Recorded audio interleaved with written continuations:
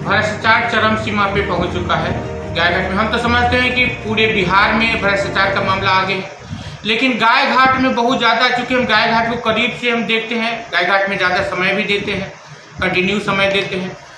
गायघाट में एक भी मामला बिना पैसा दिए हुए, बिना घूस दिए हुए नहीं होता है।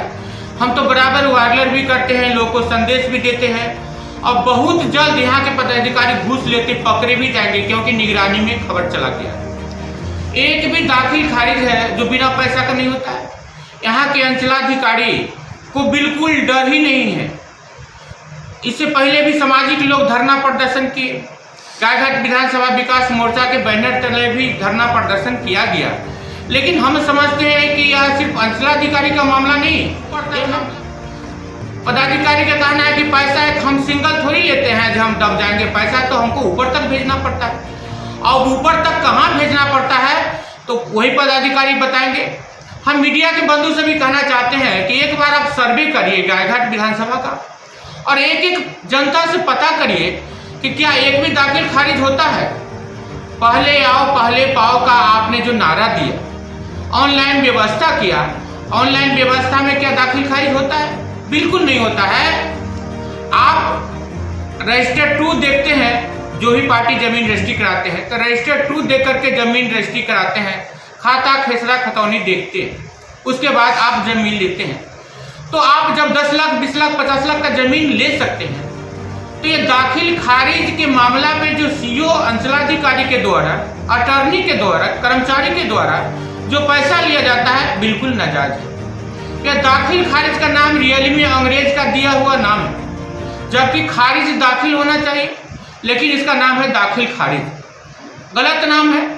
जब रजिस्ट्रार के पास जाते हैं तो हम जमीन देखते हैं, संतुष्ट होते हैं, तब जमीन रजिस्ट्री कराते हैं। रजिस्ट्रार के पास एक ऐप का प्रबंध होना चाहिए, जब हम रजिस्ट्री कराएं उसी समय खारिज होना चाहिए, उसी समय दाखिल खारिज और रसीद कट जाना चाहिए, लेकिन ऐसा नहीं होता है। ऐसा नहीं होने के कारण मंशा बिल्कुल साफ है, भ्रष्टाचार को बढ़ावा देना, भ्रष्टाचार को आगे करना, पैसा में संलिप्त पाए पदाधिकारी का दिन दुगुना रात चौगुना हो रहा है आमदनी। हम समझते हैं कि आप वैसे पदाधिकारी का जांच तो करवाइए, उसका संपत्ति का जांच क्यों नहीं हो रहा है? आज गायघाट में जो उसका संपत्ति का जांच करवाया जाए। हम दावा करते हैं कि उसका संपत्ति आय से 100 गुना अधिक मिलेगा, और अंचलाधिकारी ब्लॉक में दाखिल खारिज नहीं करते हैं। अगर ब्लॉक में बैठते भी हैं तो बाहर से ताला जड़ दिया जाता है, गार्ड को बैठाया जाता है। यह मेरा आरोप नहीं है, इस आरोप को हम सिद्ध करके साबित करेंगे। एक पत्रकार है रोहन जी, वो भी गए तो उनको भी ताला लॉक मिला। जो भी पत्रकार गए कि क्या करें, ताला लॉक करके सीओ साहब अंदर बैठते हैं और पता कर लेते हैं। जब पब्लिक 2 दिन 4 दिन 10 दिन के बाद भी नहीं पब्लिक से मुलाकात होता है, तो पब्लिक दलाल के माध्यम से सीओ साहब के डेरा पे पहुंचता है, और डेरा पे ही उसका खैर। आज पहले 23 कर्मचारी नहीं थे गायघाट में, पंचायत 23 है और कर्मचारी की संख्या 3 था, लेकिन आज कर्मचारी की संख्या 23 हो गया है, यानी प्रत्येक पंचायत में एक कर्मचारी है। फिर भी अटॉर्नी रखा जाता है। अटॉर्नी, हम माननीय मुख्यमंत्री जी से पूछना चाहते हैं कि आपका विभाग है, अटॉर्नी शब्द किस का नाम है? अटॉर्नी को क्या देते हैं? उसका पेमेंट कौन देता है? उसके पास क्यों रहता है रजिस्टर 2? उसके पास क्यों रसीद रखा रहता है और रसीद काट के वही देता है? आप गांव में जाइएगा, पूछिएगा कि आपका कर्मचारी कौन है, तो पब्लिक बताएगा हमको तो देखे हुए नहीं, हम जानते नहीं कर्मचारी कौन। अटॉर्नी को कर्मचारी कहा जाता है और अटॉर्नी के द्वारा काम कराया जाता है। तो हम माननीय मुख्यमंत्री जी से कहना चाहते हैं कि अटॉर्नी शब्द बिहार से कब समाप्त कराइएगा। आप जो सुशासन बाबू की सरकार है, आपका जो नाम है सुशासन, नाम को कायम कब कर रहे हैं? भाजपा के चाणक्य कहे जाने वाले अमित शाह आने वाले हैं मुजफ्फरपुर के पावन धरती पर, इसको लेकर क्या कहेंगे? अमित शाह जी आ रहे हैं, गृह मंत्री हैं, और पताई हवाई अड्डा पे उनका वेलकम है, स्वागत है।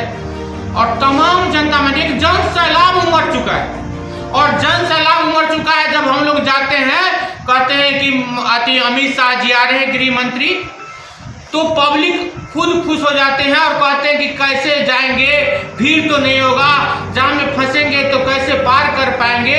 और उनको इस बात का डर है कि बहुत ज़्यादा भीड़ होगा तो हमको जाम का समस्या करना पड़ेगा। कुछ लोग का कहना है कि ऐसा करेंगे नेताजी, हम लोग 8 बजे पहुंच जाएंगे ताकि भीड़ भाड़ नहीं होगा, जाम नहीं लगेगा और हम लोग उनका प्रोग्राम। तो अमित शाह जी के आगमन से वहाँ पार्टी जाति की बात नहीं है, सभी कास्ट, सभी कौम और सभी मजहब के लोग उनका प्रोग्राम देखने जा रहे हैं। और इस बार सबने मन बनाया है कि पुनः जो सरकार बनेगी वो भाजपा की सरकार बनेगी और अमित शाह जी के आगमन से और बीजेपी मजबूत होगा और सभी पार्टी, सभी कौम के मजहब के लोग अपने पार्टी धर्म से उठ करके और अमित शाह जी के प्रोग्राम में जाएंगे।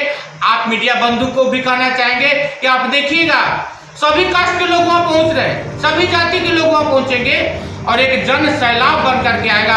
अब लोग अभी से व्यवस्था करें कि कहीं हमको गाड़ी नहीं मिलेगा, कुछ लोग कहते हैं कि अब तो साइकिल से जाना पड़ेगा, मोटरसाइकिल से जाना पड़ेगा। क्या लगता है कि अमित शाह जी को मुजफ्फरपुर में आने से विपक्ष के नेता पर कितना असर पड़ेगा?